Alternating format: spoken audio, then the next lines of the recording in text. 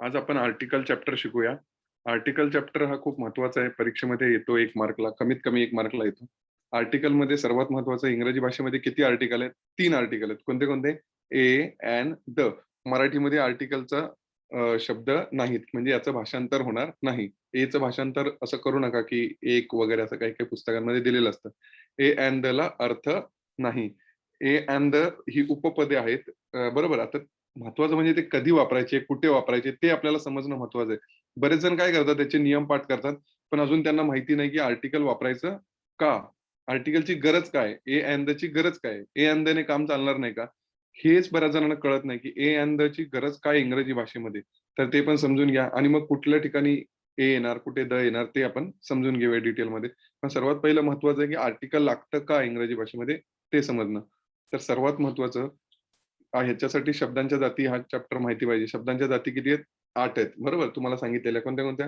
नाम, सर्वनाम, विशेषण, क्रियापद हे 4 पहिले मुख्य आणि नंतर क्रियाविशेषण, शब्दयोगी अव्यय, उभयान्वयी अव्यय आणि केवलप्रयोगी अव्यय. त्यात पण इंग्लिशमध्ये कसं बोलाल? नाउन, प्रोनाउन, ॲडजेक्टिव्ह, वर्ब आणि ॲडव्हर्ब, प्रिपोझिशन, कंजंक्शन, इंटरजेक्शन. त्यामध्ये पण आर्टिकल हे सर्व शब्दांच्या जातीला लागत नाही. फक्त एकाच शब्दाच्या जातीला लागतं आणि ते म्हणजे नाउन. कशाला लागतं? फक्त नाउनला लागतं. बाकी कोणत्याही शब्दांच्या जातीला आर्टिकल लागत नाही. म्हणजे यापुढे तुमच्या डोक्यात कसं असलं पाहिजे, की आर्टिकल चॅप्टर म्हणजे नामाशी संबंध आहे. जसं आपण टेन्स करतो, काळ करतो, तर काळाचा संबंध कशाशी असतो? काळाचा संबंध क्रियापदाशी असतो. कारण की क्रिया कशी झाली? आज झाली, काल झाली, उद्या झाली, उद्या होणार आहे, याच्यावरती काळ ठरतो. म्हणून काळ चॅप्टरमध्ये महत्वाचं काय असतं? क्रियापद. तसं आर्टिकल चॅप्टरमध्ये महत्वाचं काय असणार आहे? नाम. म्हणजे आर्टिकलचा प्रश्न आला, की तुमचं लक्ष क्रियापदाच्या ऐवजी जास्त कशाकडे पाहिजे? नामाकडे पाहिजे. काळाचा प्रश्न आलाय, की लक्ष कशाकडे पाहिजे? क्रियापदाकडे जास्त पाहिजे असं. तर आर्टिकल हा सर्व चॅप्टर कशाशी संबंधित आहे? नामाशी संबंधित आहे. क्लिअर आहे सर्व एकदम? तर आता त्याच्यामध्ये आपण पुढे बघूया, की नामाशी काय संबंध आहे? कसा संबंध आहे? ओके. पुढे बघूया. तर सर्वात महत्त्वाचं मी आत्ता सांगितलं आर्टिकल हा चॅप्टर कशाशी संबंधित आहे? नामाशी संबंधित आहे. बरं ना? पूर्ण चॅप्टर नामाशी संबंधित आहे. मग त्यात पण नामाचे प्रकार आहेत. किती प्रकार आहेत नामाचे? मुख्य 3 प्रकार आहेत. कोणते-कोणते? मराठीमध्ये सामान्य नाम, विशेष नाम आणि भाववाचक नाम. बरोबर ना? सामान्य नाम म्हणजे काय? सर्व वस्तूंना मिळून दिलेलं एक नाव. म्हणजे अनिल, सुनील ही काय झाली? मुलांची नावं झाली. पण या सगळ्यांना आपण काय बोलतो? बॉय, है ना? बॉय किंवा मॅन. तर बॉय, मॅन हे काय झालं? सामान्य नाम झालं. पण जेव्हा आपण एखाद्याचं नाव घेतो, अनिल, सुनील हे काय झालं? विशेष नाम झालं. बरोबर ना? तर सामान्य नाम म्हणजे सर्वांना कॉमन, सर्व नद्या. बरं, नदी. पण जेव्हा मी बोलतो कृष्णा नदी, गंगा नदी, तर ते काय झालं? विशेष नाम झालं. बरोबर? तर कॉमन नाउन, विशेष नाम आणि ॲब्स्ट्रॅक्ट नाउन असतं. बरोबर? ॲब्स्ट्रॅक्ट नाउन म्हणजे काय? भाववाचक नाम. बरोबर ना? भाववाचक नाम म्हणजे शौर्य किंवा शहाणपण असं. जे दिसत नाही, पण त्या संकल्पनेला दिलेलं नाव. म्हणजे कोणते-कोणते 3 नाउन झाले? सामान्य नाम, विशेष नाम आणि भाववाचक नाम.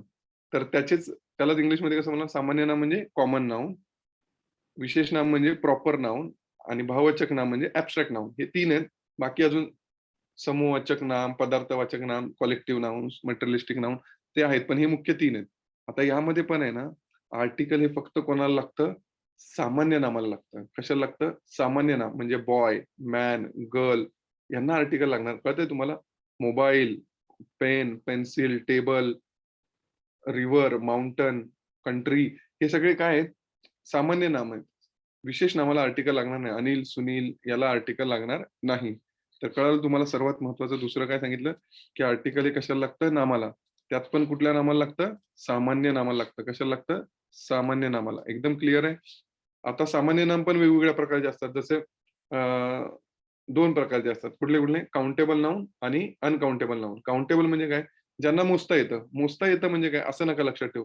लक्षात कसं ठेवा? ज्यांना नंबर देता येतो. ज्यांना नंबर देता येतो ते सगळे काय झाले? काउंटेबल. म्हणजे 1 मोबाईल, 2 मोबाईल, 3 मोबाईल. 1 मुलगा, 2 मुलगा, 3 मुलगा असं आपण बोलू शकतो. पण आपण असं नाही बोलू शकत 1 साखर, 2 साखर, 3 साखर. आपल्याला साखर मोजता येते 1 किलो, 2 किलो किंवा आपण असं नाही बोलू शकत 1 पाणी, 2 पाणी, 3 पाणी नाही. आपण पाणी मोजू शकतो 1 लिटर, 2 लिटर. फरक कळतोय तुम्हाला? तर सर्वात महत्त्वाचं काय, की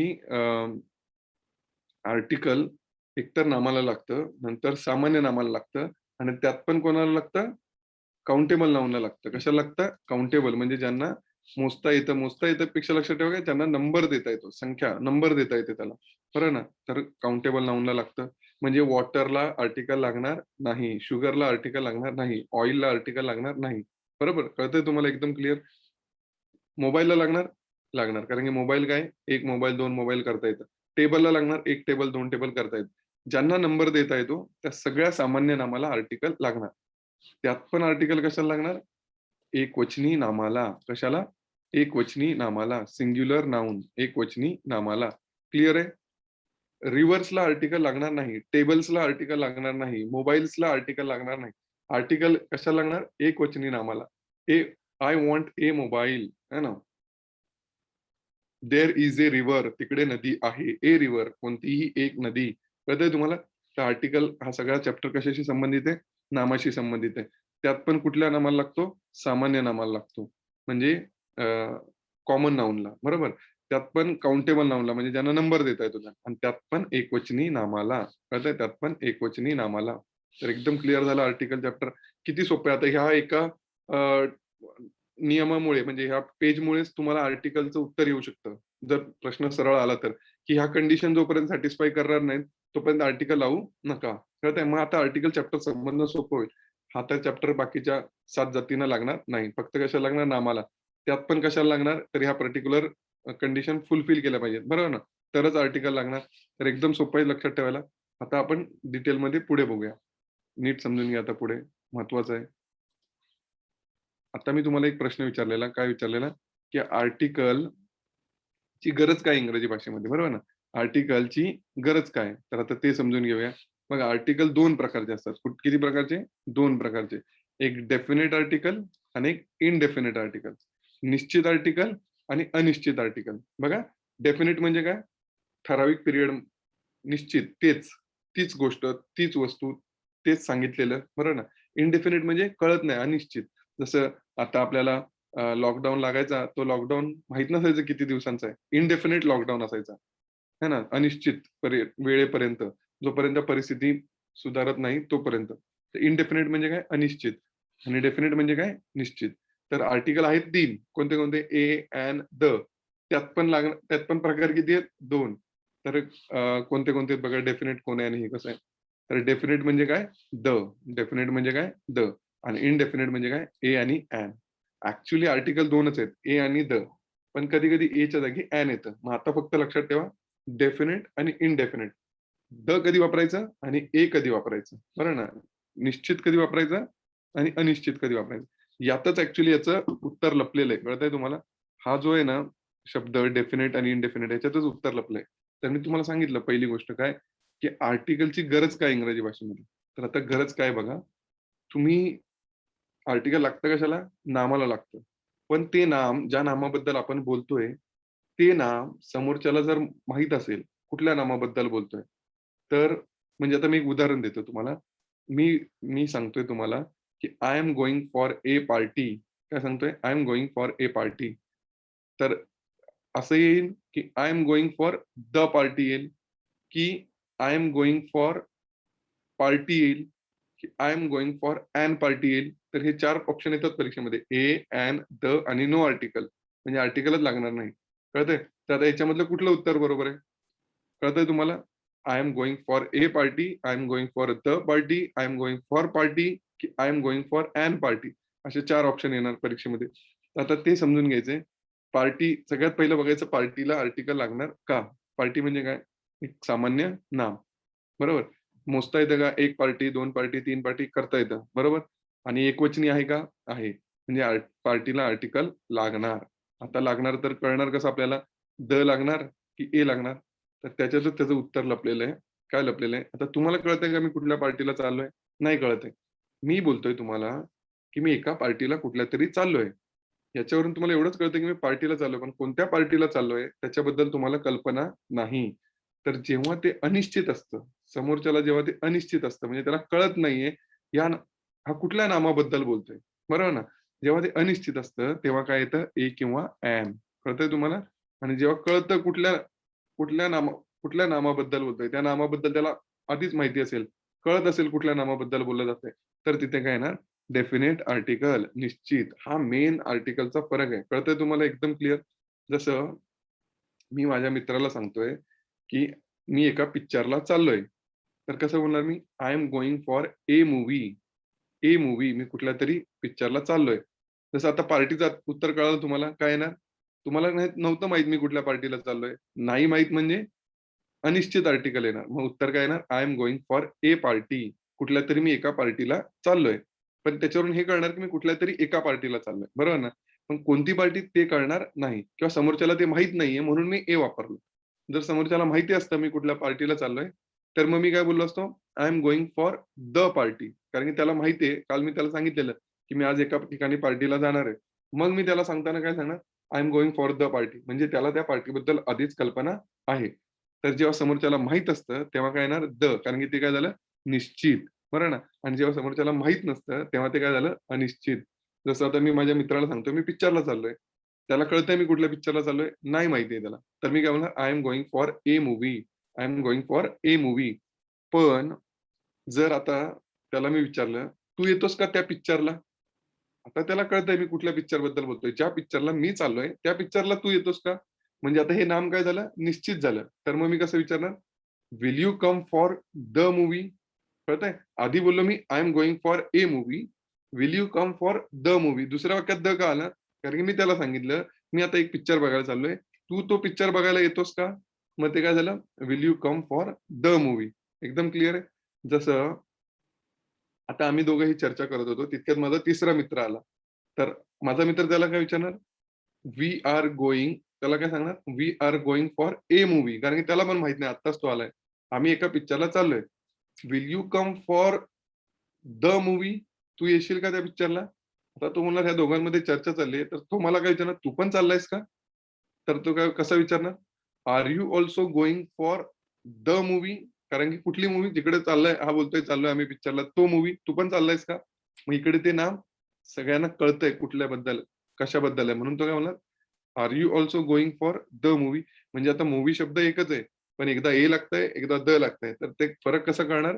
की जेव्हा ते नाम समोरच्याला बोललं समजतंय, की कुठल्या नामाबद्दल बोललं जातंय किंवा त्याची त्याला कल्पना आहे, तर तिथे येणार द आणि जर कळत नाहीये, तर काय येणार?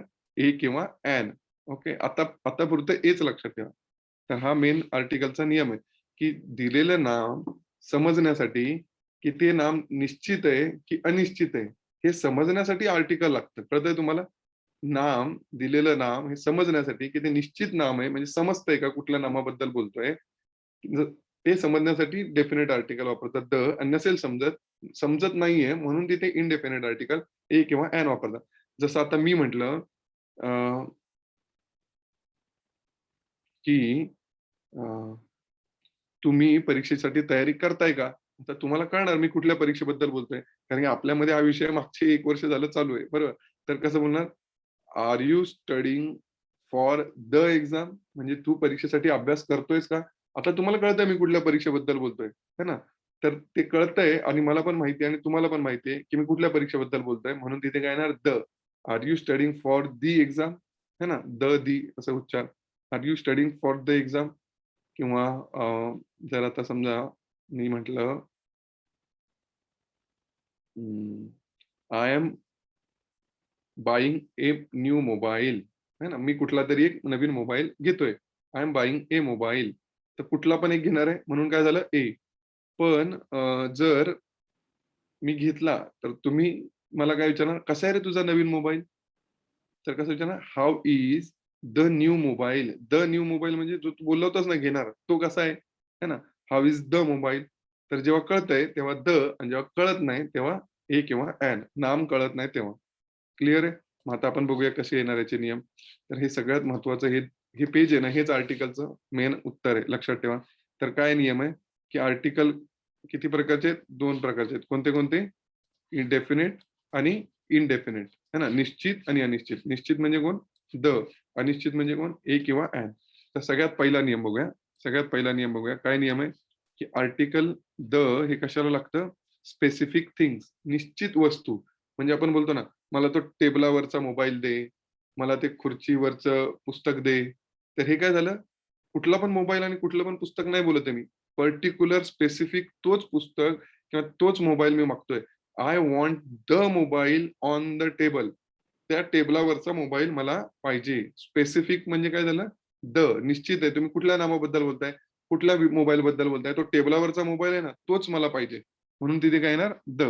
पण जर मी म्हटलं मला कुठलातरी एक पेन दे, तर मी काय म्हणणार? गिव्ह मी अ पेन. ए पेन. गिव्ह मी ए पेन. म्हणजे कुठला पण एक पेन दे. चालेल. जनरल. जनरल म्हणजे काय? सामान्य. कुठलीही एक वस्तू. असं जर असेल, सामान्य नाम असेल, म्हणजे सामान्य गोष्ट म्हणून त्याचा वापर केला असेल, तर आर्टिकल काय येणार? ए किंवा ॲन. कळतंय तुम्हाला? पण तोच मोबाईल, तीच वस्तू, तेच पुस्तक, तीच बॅग असं बोललं असेल, तर द येणार आणि जर जनरल असेल, तर ए किंवा ॲन येणार. जसं आपण दुकानात गेलो आणि म्हटलं, "मला जरा मोबाईल दाखवा." शो मी ए मोबाईल, शो मी अ मोबाईल म्हणजे कुठलातरी एक मोबाईल दाखवा. बरं ना? जनरल आहे. जनरल आहे तर काय येणार? ए किंवा ॲन. पण मी काल जो बघून गेली होती ना, तोच मोबाईल मला दाखवा. कसं येणार? Show me the mobile which I had seen yesterday. मी काल जो बघितला होता ना, तोच मोबाईल दाखवा. मग काय येणार? द येणार. फरक कळतोय तुम्हाला? ठीक आहे. तर स्पेसिफिक म्हणजे द, जनरल कुठलं पण एक म्हणजे ए किंवा ॲन. पण हा दुसरा नियम आहे ना, हा खूप महत्वाचा आहे. दुसरा नियम, एव्हरीवन नोज अबाउट इट. म्हणजे तुम्ही ज्या नामाबद्दल बोलताय, ते नाम सर्वांना कळतंय. तुम्ही कुठल्या नामाबद्दल बोलताय. जसं आता मी तुमच्या सगळ्यांना काय बोलतोय, की तुम्ही परीक्षेसाठी तयारी करताय का? Are you preparing for the exam? आता मी कुठल्या एक्झाम बद्दल बोलतोय, हे सर्वांना कळतंय. म्हणून इकडे काय लागणार? द लागणार. म्हणजे तुम्ही ज्या नामाबद्दल बोलताय ते जर सगळ्यांना कळत असेल, तर तिथे काय लागणार? द. पण जेव्हा ते सगळ्यांना कळत नाही, not everyone knows about it. जेव्हा सगळ्यांना कळत नाही, तेव्हा इनडेफिनिट येणार. अनिश्चितता आहे ना तिथे. म्हणून तिथे काय येणार? ए किंवा ॲन. जसं मी म्हटलं, तसं आता समजा मी क्लासला जातोय, बरोबर? तर माझ्या आईला माहिती आहे मी रोज सकाळी उठून क्लासला जातो. कोणत्या क्लासला जातो ते पण माहिती आहे. मग मी आईला काय सांगणार? I am going for the class. मी कुठे चाललोय? क्लासला चाललोय. I am going for the class. पण आता मी क्लासला गेलो आणि रस्त्यात माझा एक मित्र भेटला मला 6 महिन्यानंतर, बरोबर? लॉकडाऊन नंतर आता पहिल्यांदा भेटला. तर मी काय बोलणार, की त्याला माहीत नाही मी कुठल्या क्लासला जातो. मग कसं येणार? I am going for a class. कुठल्यातरी मी एका क्लासला चाललोय. कारण की त्याला माहीत नाही. बघा मी आईशी बोलताना त्याच क्लासबद्दल काय बोललो? I am going for the class. पण मित्राशी बोलताना काय बोलतोय? I am going for a class. कुठल्यातरी एका क्लासला मी चाललोय. I am going for a class. फरक कळतोय तुम्हाला? तर जेव्हा सगळ्यांना कळतं तुम्ही कुठल्या नामाबद्दल बोलताय, म्हणजे ज्या दोघांमध्ये कन्व्हर्सेशन होते त्यांना, दोघांमध्ये म्हणा किंवा जास्त लोकांमध्ये म्हणा, पण जेव्हा सगळ्यांना कळतंय कन्व्हर्सेशन कशामध्ये, कुठल्या नामाबद्दल होते, तेव्हा येणार द. आणि जेव्हा कळत नाही, तेव्हा काय येणार? ए किंवा ॲन. जसं तुमच्या मित्राला कळत नव्हतं, तुम्ही कोणत्या क्लासला चाललाय? तर I am going for a class, है ना? अ, तर तो तुम्हाला काय विचारणार, "अरे कसा आहे रे तुझा class?" How is the class? का? कारण की तो जातो ना, तो क्लास. त्याला कळतंय तो कुठल्या क्लासबद्दल बोलतोय. मग तो कसं विचारणार, "how is the class?" Class कसा आहे? तर फरक कळाला. ही आर्टिकलचं सगळ्यात मोठं सिक्रेट आहे. हेच उत्तर आहे आर्टिकलचं. हेच मेन. आणि हे हे सोडून पुस्तकात सगळे नियम दिलेले आहेत. तर मेन हे लक्षात ठेवा, की आर्टिकलचे प्रकार आहेत 2, निश्चित आणि अनिश्चित. निश्चित म्हणजे द, अनिश्चित म्हणजे ए किंवा ॲन. परीक्षेत कधीतरी बोलतील, use definite article in the following sentence. Definite article म्हणजे दच वापरायचंय, दुसरं काही वापरायचं नाही. है ना? तर ते शब्द माहिती पाहिजे. डेफिनिट म्हणजे काय, इनडेफिनिट म्हणजे काय. तर द म्हणजे स्पेसिफिक आणि ए एन म्हणजे जनरल, कुठलं पण एक. आणि जेव्हा सगळ्यांना कळतं तेव्हा काय? द. आणि सगळ्यांना कळत नाही तेव्हा ए आणि एन. हा मेन फरक आहे. ओके. जसं आता आपण अजून काही उदाहरणं बघूया म्हणजे तुम्हाला अजून स्पष्ट होईल. अ, बघा, I am going to a class म्हणजे समोरच्याला कळत नाहीये मी कुठल्या क्लासला चाललोय. तेव्हा काय बोलणार? I am going to a class. कुठल्यातरी एका क्लासला मी चाललोय. पण जेव्हा मी बोलणार I am going to the class म्हणजे या व्यक्तीला माहिती आहे मी कुठल्या क्लासला जातो. त्या त्या क्लासबद्दल आपली आधीच माझी त्या व्यक्तीशी चर्चा झालेली आहे. त्याला जर कळतंय मी कुठल्या क्लास मध्ये चाललोय किंवा कुठे चाललोय, I am going to the class. जसं आता तुम्ही तुमच्या मित्राला सांगितलं, की तुम्ही युवराज सरांचा क्लास जॉइन केलाय. तर कसं सांगणार?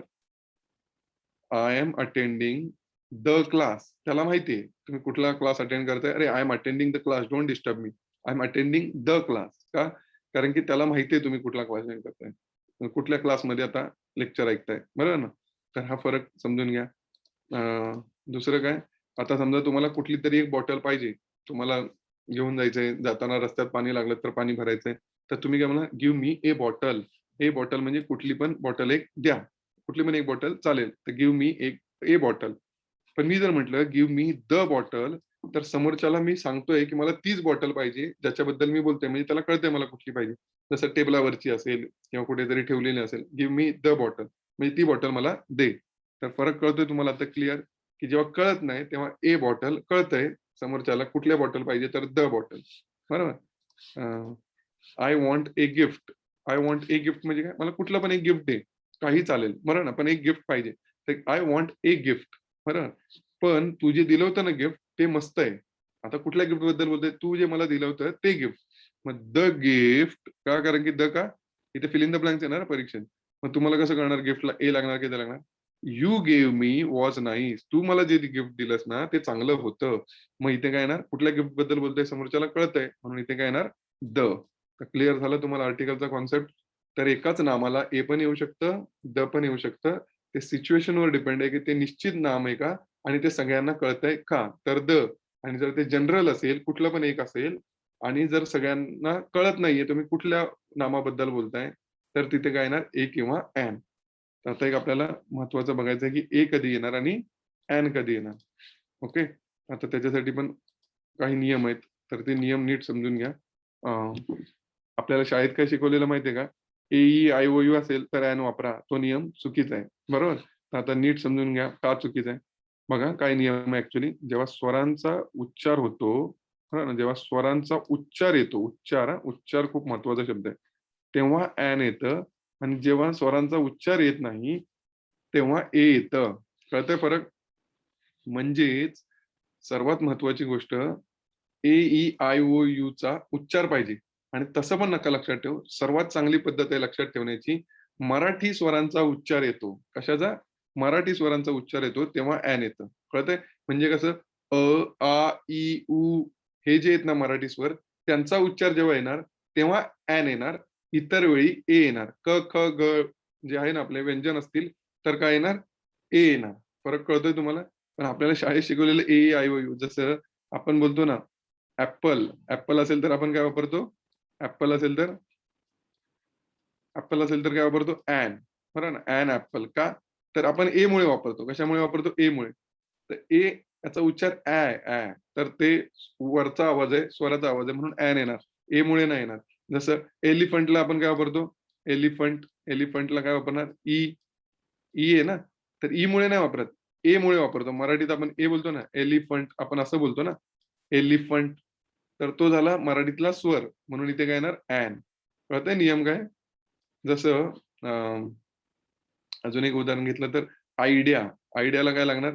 Idea, idea. What a great idea. What an येतं ना, ॲन. ॲन का आलं? कारण की आय मुळे नाही आलं.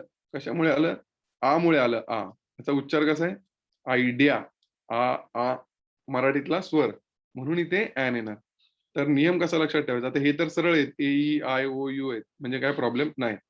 पण जर परीक्षेत आलं अम्ब्रेला, बघा काय सांगतोय, अम्ब्रेला. तर कसं येणार? अम्ब्रेला म्हणजे काय? छत्री. तर छत्रीचा उच्चार कसा येणार? यू ने सुरू होतो. म्हणून लगेच मुलं ॲन लावणार. ठीक आहे, काही प्रॉब्लेम नाही. पण हे यू मुळे नाही लागत आहे. याचा उच्चार कसा आहे? कळतंय तुम्हाला? अम्ब्रेला. आपण कसं बोलतोय? अम्ब्रेला. म्हणून याला काय लागणार? ॲन लागणार. समजतंय तुम्हाला? तर हे ए-ई-आय-ओ-यू मुळे नाही होत. लक्षात ठेवा. त्याच्यात अपवाद आहेत. आता ते तुम्ही शिकाल तर तुम्हाला कळेल. पण लक्षात काय ठेवायचं? उच्चार असेल ना तेव्हा. आता इथे यू मुळे नाही लागलंय. अम्ब्रेला अ मुळे लागलंय. कळतंय? तर त्याचा अपवाद बघा. काय आहे तुम्हाला सांगतो. तसं आता हे बघा. University, university. युनिव्हर्सिटीला काय लागणार? यू आहे ना, मग काय लागणार? ॲन लागणार का युनिव्हर्सिटीला? युनिव्हर्सिटीला काय लागणार? ॲन लागणार का? नाही. कारण याचा उच्चार कसा आहे? युनिव्हर्सिटी. य, य. य काय आहे मराठीमधलं? व्यंजन आहे, व्यंजन. खालचा आवाज आहे य. हे अम्ब्रेला आहे ना, हे आहे. अम्ब्रेला. हे काय? य, युनिव्हर्सिटी. तर इथे काय लागणार? ए लागणार. जरी इंग्रजीमधला स्वर असला, तरी पण इथे काय लागणार? ए लागणार. ॲन लागणार नाही. लक्षात ठेवा, परीक्षेत येणार हे भरपूर वेळा आलेलं आहे. युनिव्हर्सिटी, युरोपियन हे सगळे चे आवाज आहेत ना, चे आवाज म्हणजे YOU चे आवाज आले. YOU म्हणजे काय होतं? यू होतं ना मराठीमधलं. तर या सगळ्यांना काय लागणार? ए लागणार. भले त्याची सुरुवात यूने किंवा ईने होऊ दे. जसं युरोपियन, युरोपियन कंट्री बोलतो ना आपण युरोपियन. युरोपियनला कसं येतं? EU है ना? तर इथे पण काय लागणार? ए. कारण ह्याचा उच्चार पण यने होतो. कशाने होतो? यने होतो. कळतंय तुम्हाला? European, union, uniform, unit, unicorn सगळे जे आहेत ना चे आवाज, त्या सगळ्यांना काय लागणार? भले ते ने चालू होऊ देत, ने चालू होऊ देत, पण त्यांना लागणार आर्टिकल ए. स्वराचा उच्चार होत नाही. बरोबर? क्लिअर आहे तुम्हाला? पण जसे काही शब्द असतात, जिथे व्यंजन असेल इंग्लिशमधलं, पण मराठी स्वरांचा उच्चार असेल, त्यामुळे तिथे काय लागणार? ॲन लागणार. जसं आता हा शब्द वाचा बरं. अ, याचा उच्चार करा. कसा होईल? हॉर्स. कसा उच्चार होईल? हॉर्स. ह येतो ना? ह. हो, हॉर्स. ह काय मराठीमधलं व्यंजन आहे. काही प्रॉब्लेम नाही. याचा उच्चार करा बरं. याचा उच्चार करा. काय हे? हाऊस. काय? हाऊस. हाऊस म्हणजे काय? घर. पण इथे पण कशाचा उच्चार होतो? हचा. पण आपण जेव्हा बोलतो ना, हे आवर, है ना? आवर म्हणजे काय? याचा उच्चार बरेच जण बोलतात हॉवर, हॉवर, ह. तर आपण बरोबर करतो एच म्हणजे ह. तसा नाही याचा उच्चार. याचा उच्चार कसा आहे माहिती आहे का? असा आहे. आर. याचा उच्चार कसा आहे? आर. मी तासाभरात येतो. मी तासाभरात येतो. तर कसं म्हणणार? I will come in dash hour. Hour आहे ना उच्चार आर. एच नाहीये लक्षात ठेवा. एच नाहीये. I will come in an hour. तर इथे काय येणार? ॲन येणार. एच असून सुद्धा काय येणार? ॲन येणार. कारण याचा उच्चार आ वरून आहे. I will come in an hour. मी तासाभरात येईन. क्लिअर आहे तुम्हाला? जसं ऑनेस्ट. ऑनेस्ट म्हणजे काय? प्रामाणिक. तर ऑनेस्टचं कसं होणार? एच सायलेंट आहे. ओ येतो ओ. Honest, honest. ओचा उच्चार येतो ऑनेस्ट. म्हणून इथे पण काय लागणार? ॲन लागणार. कळतंय तुम्हाला? एचने सुरू होतोय, तरी पण काय लागणार? ॲन लागणार. कारण की उच्चार काय आहे? ओचा आहे. आ, इ, उ है ना? ते ऑनेस्ट. परत दुसरं एक महत्वाचं आहे काय? की आता याचा उच्चार करा बरं. SP हे परीक्षेत आलेलं आहे. बरं ना? तर तुम्ही याचा उच्चार करा त्याच्या आधी. सागर, है ना? सागरचा उच्चार करा. कसं होणार? सरळ होतोय ना? स.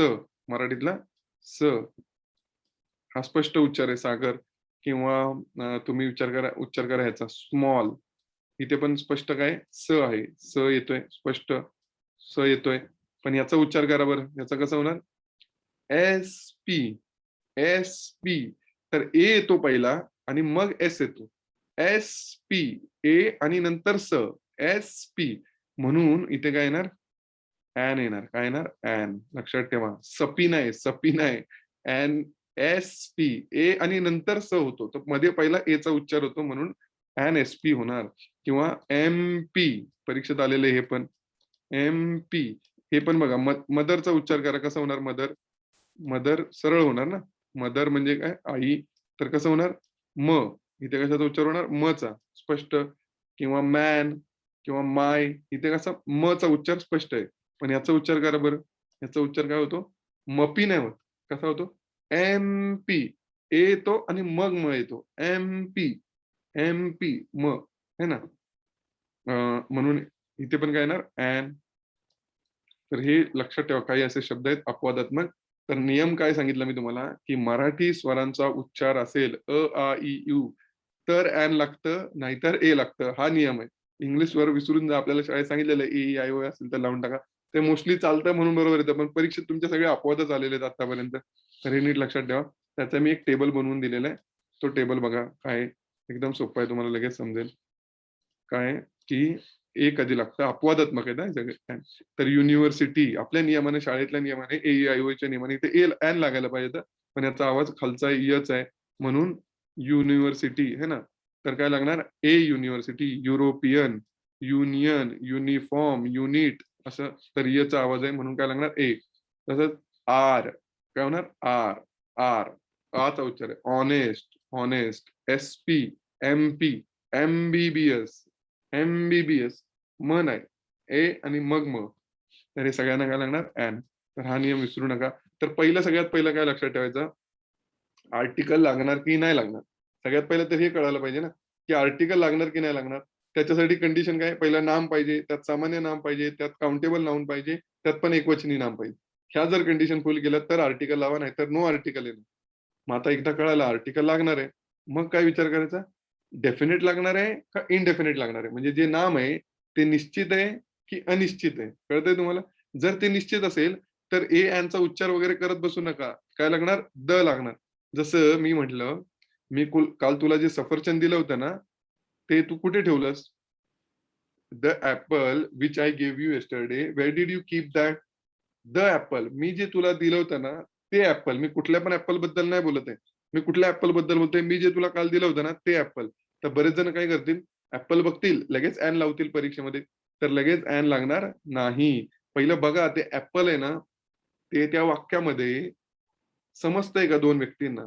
जर समजतंय कुठल्या कुठल्या ॲपलबद्दल किंवा ते स्पेसिफिक एखाद्या ॲपलबद्दलच बोललं जातंय, तर तिथे ए-एन लागणार नाही. काय लागणार? द लागणार. कळतंय? नाहीतर मुलं बोलणार, "अरे ॲपल आहे ना, मग द." नाही ॲपल आहे ना, मग ॲन. ॲन लावू नका. ते ॲपल तिथे निश्चित आहे. कुठलं ॲपल? जे मी तुला काल दिलं होतं ना, ते ॲपल आहे ना, कुठे ठेवलंस तू? मग ते काय झालं? The Apple. काय होणार? द. तर सगळ्यात पहिलं बघायचं आर्टिकल लागणार का? लागणार कळाल्यानंतर बघायचं, निश्चित लागणार का अनिश्चित लागणार? म्हणजे द लागणार का ए लागणार? द लागणार तर काय प्रॉब्लेम सॉल्व्ह झाला. आणि जर इनडेफिनिट आहे, अनिश्चित आहे, म्हणजे मला कुठलंतरी एक ॲपल दे. Give me dash apple. आता मी काय बोलतोय, कुठलंतरी एक दे ॲपल. तर मग काय होणार? ए लागणार का एन लागणार? मग विचार करायचा उच्चार करून, की जर मराठी स्वरांचा उच्चार असेल, तर एन लागणार, नाहीतर ए लागणार. है ना? ॲपल, वरचा आवाज आहे म्हणून एन लागणार. क्लिअर आहे? एकदम क्लिअर आहे. तर हे महत्त्वाचे आहेत आर्टिकलचे नियम. आता इथून पुढे आहेत ना सगळे अपवाद आहेत. म्हणजे आर्टिकल मी तुम्हाला बोललो, की आर्टिकल लागतं कशाला? नामाला. बरोबर ना? त्यात पण सामान्य नामाला, काउंटेबल नाउनला आणि एकवचनी नामाला. पण ह्याला काही अपवाद आहेत. तर ते अपवाद आता आपण बघूया. इथून पुढे सगळे अपवाद आहेत. तर मोस्टली मुलं हेच पाठ करतात. हे अपवाद पाठ करतात, पण आर्टिकल कुठे लावायचं ते कळत नाही. तर मला पाहिजे तुम्ही हे आत्तापर्यंत जे शिकवलंय ना, ते नीट करा. भले अपवाद एखादे ते नंतर वाचून होतात. त्याचा काही एवढा प्रॉब्लेम नाही. मेन आर्टिकलचा कन्सेप्ट समजून घ्या. 99% असं लागणार आहे आर्टिकल.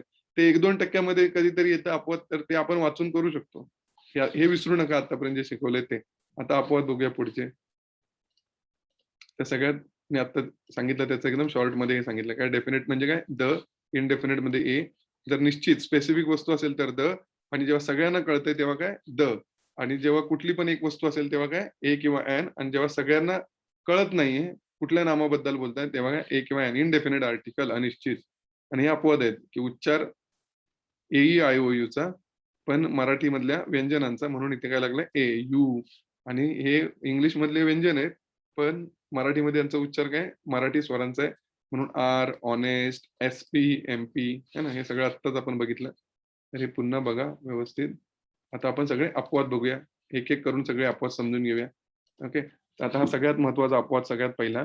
काय आर्टिकल हे नामाला लागतं. सगळ्यांना माहिती आहे. पण कधी-कधी नामाबद्दल विशेष माहिती देण्यासाठी नामाबद्दल विशेष माहिती कोण देतं? विशेषण देतं ना. ॲडजेक्टिव्ह हे नामाच्या आधी येतं. तेव्हा विशेषणाच्या उच्चारानुसार आर्टिकल वापरावे. बघा मी काय सांगतो, की ही इज ए बॉय. तो एक मुलगा आहे. ए बॉय है ना. There is a boy. तिकडे एक मुलगा आहे. There is a boy. कुठलातरी एक मुलगा आहे. बरोबर. पण ए लागणार. पण आता मी त्या नामाबद्दल एक्स्ट्रा माहिती दिली म्हणजे विशेष नाम सांगितलं, विशेषण सांगितलं, की he is a good boy. तो चांगला मुलगा आहे. तर गुडला आर्टिकल ॲक्चुअली लागायला नाही पाहिजे कारण गुड काय विशेषण आहे. पण कधी-कधी काय होतं, नामाबद्दल विशेष माहिती सांगणारे शब्द म्हणजे विशेषण हे नामाच्या आधी येतात. तेव्हा ते विशेषणाच्या आधी आर्टिकल लागणार. ए किंवा एन किंवा द. बरोबर ना? तर मग ते आर्टिकल कुठलं लागणार? ते आर्टिकल कसं लागणार? तर ते विशेषणाच्या उच्चारानुसार लागणार, नामाच्या नाही. कारण की आर्टिकलच्या नंतरचा शब्द जो आहे त्याच्यानुसार पकडला जातो. बरोबर? तर ते आर्टिकल जर ए-ई-आय-ओ-यूचा नाही, मराठी स्वरांचा जर आवाज असेल, तर तिथे काय लागणार? एन लागणार, नाहीतर ए लागणार. जर ते अनिश्चित असेल तर. जर निश्चित असेल तर द. काही प्रॉब्लेमच नाही. तर विशेषणाला आर्टिकल लागतं. पण नुसत्या विशेषणाला आर्टिकल लागत नाही. त्या विशेषणाच्या पुढे काय पाहिजे? नाम पाहिजे. कळतंय तुम्हाला? जसं आता इथे उदाहरण बघा. There is a boy. बरोबर आहे वाक्य. काही प्रॉब्लेम नाही. नामाला आर्टिकल लागलंय. तिकडे एक मुलगा आहे. He is a good boy. बघा गुड बॉय आर्टिकल लागलंय. बरोबर. तर हे ना ऍक्च्युली गुडचं आर्टिकल नाही, बॉयचं आर्टिकल आहे. पण त्या बॉय बद्दल एक्स्ट्रा माहिती दिली आहे. ती आहे गुड म्हणून आर्टिकल लागलाय ए. पण जर असं आलं, ही इज ए गुड, हे वाक्य रॉंग आहे. लक्षात येते तुम्हाला? हे बरोबर आहे. कारण की हे फक्त विशेषणाला आर्टिकल लागत नाही. विशेषणाच्या पुढे नाम पाहिजे. है ना? ही इज ए स्मार्ट असं लिहितात. बऱ्याच जणांनी तुम्ही वाक्य बनवली होती ना, विशेषणाची वगैरे तेव्हा लिहित होता ए. तर मी काही मिस्टेक्स काढल्या नाहीत तेव्हा कारण की तुम्हाला माहित नव्हतं तेव्हा. तर विशेषणाला आर्टिकल लागत नाही. आर्टिकलच्या पुढे काय पाहिजे? विशेषणानंतर नाम पाहिजे. जसं ही इज ए स्मार्ट असं होणार नाही. कारण की हे नुसतं विशेषण आहे. He is a smart man बरोबर असं होणार कारण की इथे मॅन आलं म्हणजे नाम आलं. बरोबर ना? He is an intelligent man बरोबर ना? इंटेलिजंट ई उच्चार कसा आहे? ई ने आय मुळे नाही, ई मुळे लागलाय.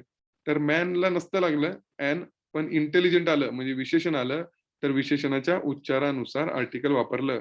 इथे ईचा उच्चार आहे म्हणून इथे काय वापरलं? An. He is an intelligent man. Clear आहे एकदम? तर हे असं लक्षात ठेवा. है ना? तर हा एक अपवाद झाला, की आर्टिकल नामाला लागतं मी बोललो, पण कधी-कधी विशेषणाला लागतं. जेव्हा विशेषण नामाच्या आधी येतं, विशेष माहिती सांगण्यासाठी येतं, पण नुसत्या विशेषणाला आर्टिकल लावू नका. विशेषणाच्या पुढे नाम पाहिजे. क्लिअर आहे? आणि जेव्हा विशेषण येईल, तेव्हा विशेषणाच्या उच्चारानुसार वापरा. नामाच्या उच्चारानुसार वापरू नका.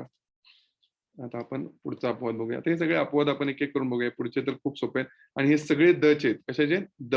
सगळीकडे दच लागणार आहे. फक्त कुठल्या-कुठल्या सिच्युएशनमध्ये द लागतो ते समजून घेऊया.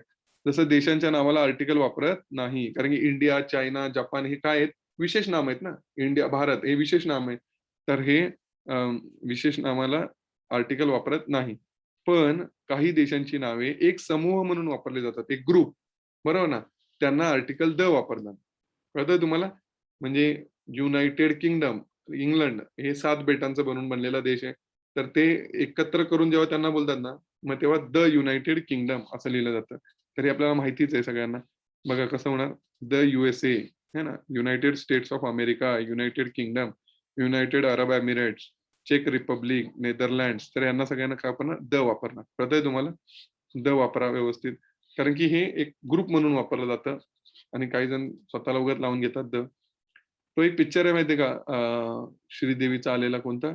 इंग्लिश-विंग्लिश. इंग्लिश-विंग्लिशमध्ये ना अ, अ, एक क्वेशन श्रीदेवीने विचारलेला, की why America is the United States of America and why India is not the India. है ना? तेव्हा त्या आर्टिकलचा प्रश्न आहे ॲक्चुअली. कळतंय तुम्हाला? की नॉर्मली आर्टिकल लागत नाही. पण काही जण अ, एकमेव असं करण्यासाठी द लावतात. पण तुम्ही इथून पुढे लक्षात घ्या. जसं आता इथे ही लिव्हज इन चायना नाही येणार आर्टिकल विशेष नाम झालं. I live in India, but he is going to the USA. तर असे जेव्हा एक युनायटेड स्टेट्स ऑफ अमेरिका बऱ्याच यांचा समूह असेल तर काय येणार? द येणार. तर याची काळजी घ्या. हे अपवाद आहेत, हे माहिती करून घ्या. त्यानंतर खंड आणि बेटांसाठी सुद्धा आर्टिकल लागत नाही, है ना? म्हणजे एखादं बेट आहे, तर त्याला लागणार नाही. पण काही खंड आणि बेटे हे वेगवेगळ्या भागांचा समूह करून बनलेले असतात. म्हणजे 4-5 जण मिळून बनलेले असतात, तर आर्टिकल काय वापरतात? द हे लागते. बरोबर ना? मग कसं होईल? त्याचं एक एक्झाम्पल हे बघा असं. ही इज फ्रॉम अमेरिका नाही लागलं. ही इज फ्रॉम युरोप नाही लागलं. पण he is going to the Virgin Islands. तर व्हर्जिन आयलँड्स म्हणजे बरेच आयलँड्स मिळून बनलेला भाग. बरोबर ना? मग तिथे काय लागलं? द. तर हे एक लक्षात ठेवा. बरोबर? की असे ग्रुप झाला, की मग द लावायचं. बरोबर ना? त्यानंतर हे पण एक खूप महत्वाचं आहे. जेव्हा फक्त दिशेचा व सामान्य जागेचा उल्लेख केला असेल, तर आणि दिशा क्रियापदानंतर येत असेल, तर आर्टिकल येत नाही. म्हणजे ईस्ट, वेस्ट, नॉर्थ, साउथ यांना आर्टिकल लागत नाही. सगळ्यात पहिलं लक्षात ठेवा. पण त्याला अपवाद आहेत, तर ते आपल्याला आता बघायचे तर आता हे उदाहरण बघा बरं. They went south. काय? ते कुठे गेले? दक्षिणेकडे गेले. तर इथे आर्टिकल येणार नाही आणि त्यात पण मी सांगितलं काय क्रियापदानंतर वेंट काय झालं? क्रियापद ना. क्रियापदानंतर येत असेल तर आर्टिकल लागणार नाही. दे वेंट साउथ ते दक्षिणेकडे गेले. बरं ना? तर इथे आर्टिकल लागणार नाही. पण कधी-कधी काय होतं माहिती आहे का? आपण बोलतो, "तिकडे बघ, इकडे बघ." म्हणजे स्पेसिफिक करतो, निश्चित करतो. मग त्यावेळेला आर्टिकल लागतं. जसं कसं बघा, एखाद्या विशिष्ट भागाबद्दल बोलले जात असेल किंवा दिशा ही शब्दयोगी अव्ययाच्या नंतर येत असेल. म्हणजे शब्दयोगी अव्यय म्हणजे कोण? आपण सगळे केले ना. त्यात पण म्हणजे ऑन, अपॉन, टू, टुवर्ड्स हे सगळे आहेत ना ते. तेव्हा काय आर्टिकल द वापरणार. म्हणजे आता उदाहरण बघा कसं आहे. उदाहरण आहे लुक टू द साउथ म्हणजे तुझ्या दक्षिणेकडे बघ and you will see the lake. तुला तलाव दिसेल. Look to the south. आता इथे बघा टू हे काय झालं? शब्दयोगी अव्यय झालं. बरोबर ना? शब्दयोगी अव्यय झालं. म्हणजे तू तुझ्या दक्षिणेकडे बघ म्हणजे तुला तलाव दिसेल. म्हणजे हेच काय एक प्रकारे सांगतोय आपण, की तिकडे बघ. म्हणजे मी म्हणलं सगळ्यांना कळतंय कुठल्या नामाबद्दल बोललं जातंय. तेव्हा द येतं. हे विशेष नाम आहे, है ना? दक्षिण दिशा हे विशेष नाम आहे. पण ही सिच्युएशन अशी आहे, की तिकडे बघ म्हणजे तुला तलाव दिसेल. म्हणून तिथे द वापरलंय. जसं the north is cooler than the south. म्हणजे उत्तरेचा भाग आहे ना, हा दक्षिणेच्या भागापेक्षा काही जास्त थंड आहे. मग हे तो भाग, उत्तरेचा भाग म्हणून the north is cooler than the south असं वापरलंय. तर ह्या वेळेला आर्टिकल वापरा, पण क्रियापदानंतर असेल तर वापरू नका. नॉर्मली आर्टिकल लागणार नाही दिशांना. आणि अशा सिच्युएशनमध्ये काळजी घ्या आणि आर्टिकल लावा. आणि इकडे सगळीकडे दचेच अपवाद आहेत लक्षात ठेवा. नंतरचा एक अपवाद आहे.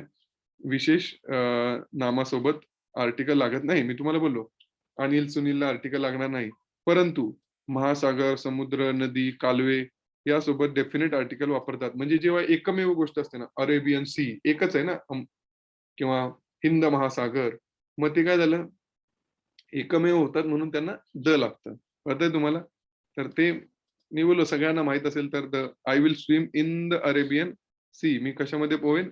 अरेबियन सीमध्ये पोहेन.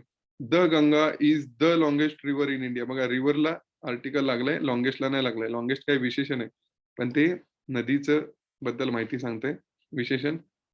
पण नाम पाहिजे होतं. नुसत्या लाँगेस्टला लागणार नाही. रिव्हर आहे म्हणून हे द आलंय. कळतंय? ती नदी आणि द गंगा आला कारण की एकमेव आहे असं. I will swim in the Arabian sea. The Ganga is the longest river in India असं. तर एकमेव जे एकमेव नाव होतं त्याला लागतंच आर्टिकल. ओके.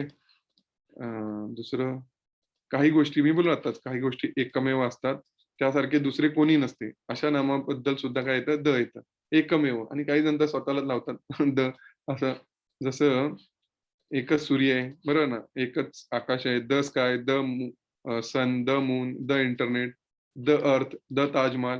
तर एकमेव गोष्ट असेल तरी पण काय येते? द. म्हणजे जी सगळ्यांना माहिती असते. बरोबर ना? सगळ्यांना माहिती आहे ते काय? द. मग त्याच्यामध्ये ए वापरायची गरज नाहीये.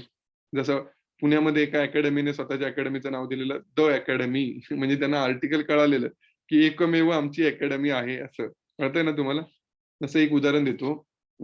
सचिन तेंडुलकरने जेव्हा 100 शतक केले होते, तेव्हा एका न्यूजपेपरची हेडलाईन्स होती, द तेंडुलकर. बरं. आता तेंडुलकर हे कॉमन आडनाव आहे, बरोबर. बऱ्याच जणांचं आहे, कळतंय. पण त्या दिवशी त्याला द तेंडुलकर का बोललं, की आता एक म्हणजे तेंडुलकर बोलले, की डोक्यात सगळ्यांच्या एकच विचार येणार. का? कारण की त्याने असं काहीतरी केलं, 100 शतकं केली क्रिकेटमध्ये, बरोबर ना. तर द तेंडुलकर म्हणजे त्या आर्टिकल कळालं तुम्हाला त्याचा अर्थ काय? द तेंडुलकर म्हणजे सर्वांना माहिती आहे असं, द तेंडुलकर. कळतंय तुम्हाला? आता अजून एक उदाहरण देतो. अ, हं, जसं एकदा इंडिया टुडेवरती इंटरव्ह्यू चालू होता, बरोबर? आणि दिल्लीचे मुख्यमंत्री अरविंद केजरीवाल त्यांनी एक्झाम्पल दिलं होतं. म्हणजे त्यांनी त्यांचा 1 तासाचा इंटरव्ह्यू होता आणि त्याच्या इंटरव्ह्यूच्या एंडला ते काय बोलले, "we don't want a Lokpal." बरं, तेव्हा लोकपाल बिलाचं आंदोलन चालू होतं. बरं ना, तेव्हाची गोष्ट आहे. तेव्हा मी ऐकत होतो टीव्हीवर म्हटलं, "ओके, काय इंटरव्ह्यू चालू आहे बघूया." तर तो काय बोललेला, की "we don't want a Lokpal." Anna हजारेंनी जे आंदोलन केलेलं, तर तेव्हा 1 तासाच्या इंटरव्ह्यूचं शेवटचं वाक्य होतं, "we don't want a Lokpal, we want the Lokpal." तर आता बऱ्याच जणांना वाटलं असेल हे दोनदा बोललात, है ना? तर दोनदा नव्हते बोलले. काय झालेलं, की "we don't want a Lokpal." म्हणजे कुठला पण लोकपाल नकोय. आम्हाला तोच लोकपाल बिल पाहिजे ज्याच्यासाठी हे आंदोलन चाललंय. कळतंय?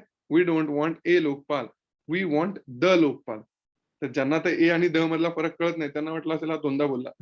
है ना? तर दोनदा नाही, तो एकदम परफेक्ट बोललेला, की आम्हाला कुठला पण लोकपाल नाही पाहिजे. तेव्हा कारण की चर्चा चाललेली. सगळ्यांनी लोकपाल बिल पाठवा, आम्ही बघतो कोणाचं चांगलं आहे वगैरे आहे ना. तर तेव्हा ते स्टेटमेंट होतं, की "we don't want a Lokpal, we want the Lokpal." तर द म्हणजे तेच लोकपाल बिल पाहिजे आम्हाला. आम्ही जे बनवलंय, आम्ही ज्याच्यासाठी आंदोलन करतोय ते. कळतंय तुम्हाला? तर हा आर्टिकलचा एकदम महत्त्वाचा फरक आहे. निश्चित असेल तर द आणि नसेल कुठलं पण एक असेल तर नाही ए असं. है ना? तर हे सांगितलं. एकमेव असेल तर काय होतं, द वापरतात. क्लिअर आहे? त्याच्यानंतर अजून काय बघूया आपण. जसं आता उदाहरण बघा इकडे कसं येईल. He is looking in the sky. The sun, कोणता सन? एकच आहे आपला. The sun is very bright. He is always using the internet. एकमेव असेल तर द वापरा. दुसरं उदाहरण बघूया. इथे काय दिलंय की अनकाउंटेबल नाउन. मी बोललो तुम्हाला नंबर पाहिजे तरच लागणार आर्टिकल, पण कधी कधी सिच्युएशन बदलते. अनकाउंटेबल नाउन सोबत आर्टिकल येत नाही. पण सामान्यतः पदार्थवाचक नामापूर्वी उपपदरे वापरत नाहीत. मटेरियलिस्टिक नाउन म्हणजे गोल्ड, सिल्वर किंवा मिल्क, वॉटर यांना आर्टिकल येत नाही. बरोबर, एकदम क्लिअर ठेवा, येणार नाही. मला दूध पाहिजे, आय वॉन्ट मिल्क. बरोबर ना? किंवा मला पाणी पाहिजे, आय वॉन्ट वॉटर. कारण की यांना नंबर देता येत नाही. पण काही सिच्युएशन असतात ज्याच्यामध्ये लागतात. आता ते सिच्युएशन बघा. जसं आय वॉन्ट शुगर नाही लागणार, आय लाईक मिल्क नाही लागणार. पण कधी-कधी लागतं. कसं लागतं बघा. पण कधी-कधी अनकाउंटेबल नाउनचा उपयोग विशिष्ट पद्धतीने किंवा तेच नाव म्हणजे तीच वस्तू असा केला जातो, तेव्हा त्यासोबत आर्टिकल वापरतात. कुठलं? ते पण दच. कारण की त्याचा एक तेच म्हणून उपयोग केला जातो. मग तिथे द येतं. पण यांना सरळ सरळ रोजच्या बोली भाषेमध्ये आर्टिकल लागत नाही. त्याचं उदाहरण बघा म्हणजे तुम्हाला जास्त स्पष्ट होईल. तर आता मी काय बोलतोय, I liked the sugar which you had used for T last time. मागच्या वेळी तू चहामध्ये जी साखर वापरली होती ना, ती मला आवडली. आता इथे एका विशिष्ट साखरेबद्दल बोलतायत, की साखरला नॉर्मली आर्टिकल लागत नाही. I want sugar, I like sugar. मला शुगर आवडते, आय वॉन्ट शुगर असं. पण I like the sugar which you had used for a T last time. मागच्या वेळी चहामध्ये जी वापरली होती ना, ती साखर. म्हणजे मी काय बोललो, विशिष्ट पद्धतीने आणि तेच नाम असा उल्लेख केला जातो, तेव्हा काय लागणार? द लागणार. बरं. I want the honey which you had bought last week. मागच्या आठवड्यात तू जे मध विकत घेतलं होतं ना, मला तेच पाहिजे. बरं ना? तेच पाहिजे म्हणजे काय? The honey.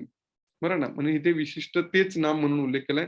अशाच परिस्थितीमध्ये लागा. मोस्टली इथे एक्स्ट्रा माहिती असणार वाक्यामध्ये. कळतंय? नुसतं सरळ असं आलं, तर त्यांना आर्टिकल लागणार नाही. काहीतरी माहिती दिली असणार, की कुठली साखर, कुठलं मध, आहे ना? एक्स्ट्रा माहिती तीच आणि तेच म्हणून वापरलं असेल तर. तर हे एक अनकाउंटेबल नाउनला लागत नाही, पण या सिच्युएशनमध्ये लागलंय. पुढचं एक बघूया. अजून एक आहे बघा, वाक्यात पदार्थवाचक मी बोललो ना, पदार्थवाचक नामाबद्दल विशेष माहिती सांगितली असणार. म्हणजे आय वॉन्ट गोल्ड, मला सोनं पाहिजे, नाही लागणार आर्टिकल. आय वॉन्ट सिल्वर, नाही लागणार आर्टिकल. पण आता हे उदाहरण बघा. The gold you have bought from the gulf is of superior quality. तू गल्फवरून जे सोनं घेऊन आलास ना, ते एकदम चांगल्या क्वालिटीचं आहे. तर द गोल्ड, कुठलं गोल्ड? जे तू घेऊन आलास ना, ते गोल्ड. म्हणजे इथे ना त्याच्याबद्दल विशेष माहिती सांगितली. कुठलं गोल्ड? तर ते तिकडून घेऊन आलास ना, ते गोल्ड. म्हणून तिथे काय लागलंय? द लागलंय. नॉर्मली गोल्ड, सिल्वर पदार्थवाचकला लागणार नाही. मटेरियलिस्टिक नाउन आहे ना, मटेरियल कुठलं पण. I want copper, I want silver याला आर्टिकल लागत नाही. किंवा पाणी बघा. The water of this river is highly polluted. या नदीचं पाणी आहे ना, ते खूप प्रदूषित झालेलं आहे. कुठल्या पाण्याबद्दल बोलतोय? ह्या नदीच्या पाण्याबद्दल बोलतोय. म्हणजे त्या पाण्याबद्दल आपण एक्स्ट्रा माहिती देतोय, की ते प्रदूषित आहे, या नदीचं पाणी आहे. ही एक्स्ट्रा माहिती झाली ना. विशेष माहिती झाली, तर तिथे काय वापरणार? द वापरणार. फक्त अशा सिच्युएशन मध्येच वापरा. अदरवाईज वॉटरला, गोल्डला ए काहीच लागत नाही, आर्टिकल लागत नाही. The water of this river is highly polluted असं. तर हा एक अपवाद झाला. पुढचं बघूया. जेव्हा हे एखाद्या कुटुंबाला उद्देशून किंवा एखाद्या गटाला उद्देशून आडनाव वापरलं जातं. म्हणजे शेट्टीज, पवार्स, है ना, सिंधियाज असं बोललं जातं ना. तर एखाद्या अ, अ, आडनावाला असं एक ग्रुप म्हणून वापरलं जातं, तेव्हा आर्टिकल द लागतं. अशा वेळी आडनाव हे अनेकवचनी म्हणून वापरले जाते. बरोबर ना? असं आपण बोलतो ना, "अरे, आय मेट" असं एखाद्या सरनेमचं नाव घ्या. तर ते काय झालं? द असं वापरलं जातं. असं आता एक उदाहरण बघा. The Patils are coming for lunch today. म्हणजे जे सगळे तुमच्या कॉन्टॅक्ट मधले जे पाटील्स आहेत, एक घरातले लोकं, असं एका घरातले 5-6 जण येतायत असं समजा. तर तुम्ही सांगणार नाही, की 1 जण, 2 जण असं नाही. पाटील्स आर कमिंग टुडे. पण असं नॉर्मली लागत नाही, है ना? पण ह्या सिच्युएशनमध्ये लागणार. The Pawars visited us last week. मागच्या आठवड्यात पवार येऊन गेले आमच्याकडे, आहे ना? असं. पण खूप जण येऊन गेले असं. त्या त्या घरातले किंवा त्यांच्या घरातले असं. तर या सिच्युएशन मध्ये लागणार, नॉर्मली यांना लागणार नाही, विशेष नाम आहे ना, आडनाव नाव याला आर्टिकल लागत नाही. ओके, आणि सिच्युएशन मी तुम्हाला सांगितली. एक परत ब्रेकफास्ट, लंच, डिनर हे काय विशेष नाम आहेत ना, यांना आर्टिकल येत नाही. पण एखाद्या विशिष्ट ब्रेकफास्ट, लंच, डिनर याबद्दल बोलले जात असेल तर द आर्टिकल वापरले जाते. म्हणजे I had dinner, me dinner केला, तर आय हॅड डिनर आर्टिकल लावायची गरज नाही. किंवा मी ब्रेकफास्ट केला, आय हॅड ब्रेकफास्ट आर्टिकल लावायची गरज नाही. पण मला जर बोलायचंय काल जो आपण ब्रेकफास्ट केला ना, तो एकदम जबरदस्त होता. मग the breakfast which we did yesterday, which we had yesterday was amazing. बरं ना? म्हणजे आपण जो काल ब्रेकफास्ट केला ना, तो ब्रेकफास्ट. आता इथे मी एका विशिष्ट विशिष्ट ब्रेकफास्ट बद्दल बोलतोय. तर अशा सिच्युएशनमध्ये जेव्हा वापरलं जाणार, तेव्हा काय येणार? द येणार. एकदम क्लिअर आहे? तर कधी-कधी असं वापरलं जातं. जसं आय एम ईटिंग ब्रेकफास्ट. मी ब्रेकफास्ट करतोय. इथे आर्टिकल लागणार नाही. She didn't like the dinner at his house. त्याच्या घरी जो आपण डिनर केला ना, तो तिला आवडला नाही. म्हणजे एका पर्टिक्युलर डिनर बद्दल बोलतोय. जेव्हा असं बोललं जातं, तेव्हा द लागेल, है ना? शी डिडंट लाइक, तिला आवडलं नाही. साधा भूतकाळ आहे ना. She did not like the dinner at his house. त्याच्या घरचा डिनर तिला आवडला नाही. The breakfast was amazing. म्हणजे समोरच्याला कळतंय मी कुठल्या ब्रेकफास्ट बद्दल बोलतोय. काल किंवा 2 दिवसापूर्वी जो केला ना, तो एकदम मस्त होता. The breakfast was amazing. तर हे यांना लागत नाही नॉर्मली ब्रेकफास्ट, लंच, डिनर. पण अशा सिच्युएशनमध्ये आलं, की तो ब्रेकफास्ट, तो डिनर, तर द लावा. हे सगळे दचे अपवाद आहेत. ते तुम्ही व्यवस्थित कराल. एकदम सोपे आहेत. मेन आर्टिकलचा याच्यामध्ये अर्थ नाहीये, सिच्युएशनल बदल आहे म्हणून हे सांगावे लागतात. जसं सुपरलेटिव्ह डिग्री. सुपरलेटिव्ह डिग्री म्हणजे अजून डिग्री आपण चॅप्टर केला नाही, पण विशेषणाचं असतं. जसं विशेषण 3 प्रकारे लिहिलं जातं. Tall, taller, tallest. तर सुपरलेटिव्ह डिग्रीमध्ये काय येतं? टॉलेस्ट. तर टॉलेस्ट ई-एस-टी लागतं, ई-एस-टी किंवा मोस्ट असं लागतं. तर जेव्हा कधी सुपरलेटिव्ह डिग्रीचं विशेषण असेल, तेव्हा डोळे बंद करून द वापरा. काही प्रॉब्लेम नाही. फिक्स दच येणार. आणि सुपरलेटिव्ह म्हणजे एकमेव, सर्वोत्कृष्ट असं. जसं India is one of the largest countries in the world. मोठ्या देशांपैकी एक भारत आहे. Sachin is the tallest boy in the class. वर्गात उंच मुलांपैकी सगळ्यात टॉल कोण आहे? सचिन आहे. तर द लार्जेस्ट, टॉलेस्ट, स्मॉलेस्ट कुठला पण डिग्रीचा शब्द आला सुपरलेटिव्ह डिग्रीचा, तर तिथे द फिक्स येणार. लक्षात ठेवा. हा एक अपवाद लक्षात ठेवा. हे आलं तर सोडू नका. फुकटचे मार्क्स आहेत ना. Superlative degree the. काही तुम्हाला आर्टिकल यायची गरज पण नाही. डायरेक्ट नियम पाठ करतात मुलं. आले की लिहितात. पण नॉर्मल आर्टिकलचा प्रश्न आला ना, तर चुकणार, सर्वांचा चुकणार. कारण त्यांना आर्टिकलच माहित नाही मुलांना. आता अजून एक बघा हे उदाहरण. जेव्हा प्राण्यांच्या पूर्ण गटाला उद्देशून बोलले जात असेल, तेव्हा द हे आर्टिकल वापरतात. म्हणजे नुसतं नॉर्मली तुम्ही बोला ना, देअर इज ए लायन, बरं ना? सॉरी, काय बोलणार आपण, की प्राणी किंवा कुठला पण त्यांना आर्टिकल द येणार नाही. कळतंय का तुम्हाला? पण जर त्यांचा एक ग्रुप म्हणून उपयोग केला, की सिंह हा आपल्या काय जंगलाचा राजा असतो किंवा अ, पाण्यामध्ये मगर मगरीचं राज्य असतं. म्हणजे एका मगरीचं नसतं, सर्व मगरींचं असतं.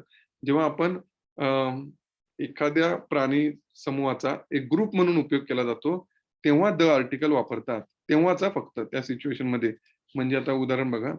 The lion is the king of animals.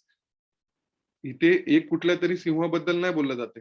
जे सिंह आहेत ते काय असं आपण बोलतो काय, की प्राण्यांचे राजा आहे असं बोललं जातं. The lion is the king of animals असं येतं. म्हणजे एखाद्या प्राणी गटाचा एक समूह म्हणून उपयोग केला असेल, कुठला पण दुसरा येऊ शकतो. कळतंय तुम्हाला? तर तेव्हा काय येणार? द येणार. त्या सिच्युएशनमध्ये द येणार. नाहीतरी येणार नाही. क्लिअर आहे? आता आपण काही परीक्षेमधले प्रश्न सोडवू. बघा बरं तुम्हाला जमतायत का? हा आलेला आहे तुमच्या परीक्षेमध्ये. डिपार्टमेंटल 2008 ला आलेला. He is dash M A in English. Which of the given article would be appropriately used in the above blank space. हे मुद्दामून देतात एवढं मोठं. तुम्हाला काय नाही, फिल इन द ब्लँक्स लगेच भरायची. ते आर्टिकल वापरायचं. हे सगळं वाचण्यामध्ये जीएसचे 2 प्रश्न सुटणार. है ना? मी याची लिस्ट बनवून देतो तुम्हाला वेगळी. तर कसं येणार? He is an MA in English. MA. A येतो आणि मग म येतो. म ए नाही. ए म्हणून इथे काय येणार? ॲन येणार. क्लिअर एकदम सगळ्यांना?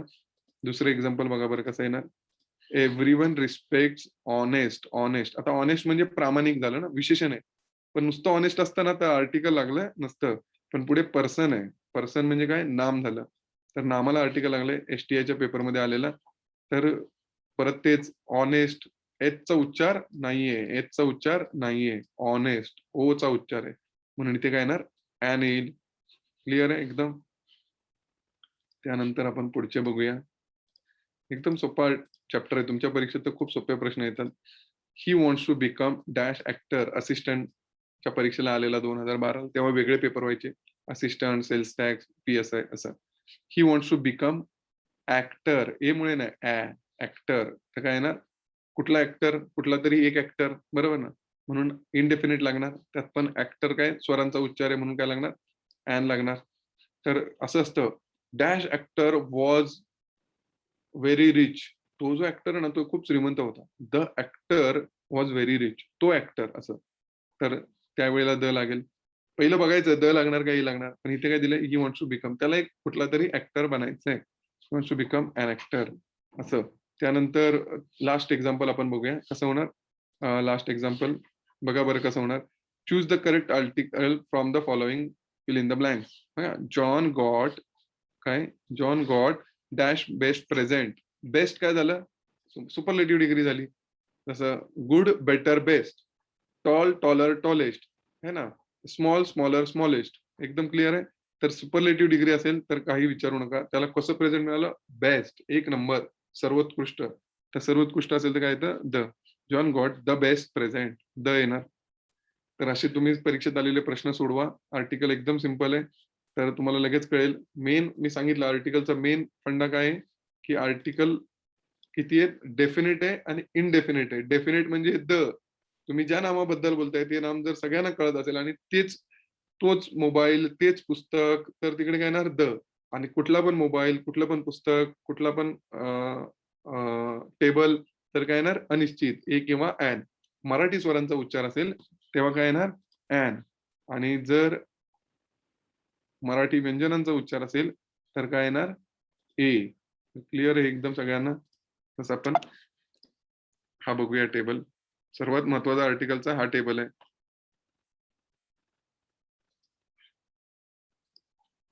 बरोबर ना?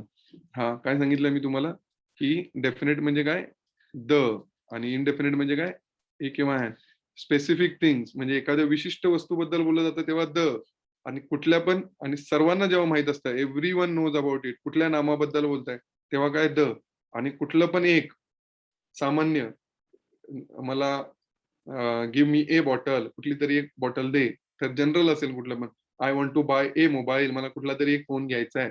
ए येणार जनरल. आणि जेव्हा तुम्ही ज्या नामाबद्दल बोलताय ते नाम जर कोणाला कळत नाहीये तर काय येणार? ए. जसं I am going for a party, I am going for a class म्हणजे तुम्हाला माहित नाही.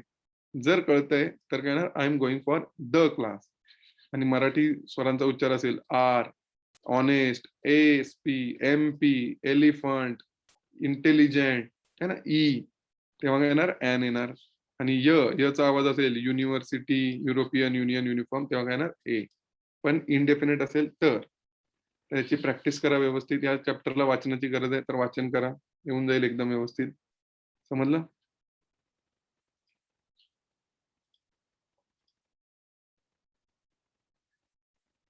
मग आपण पुढचा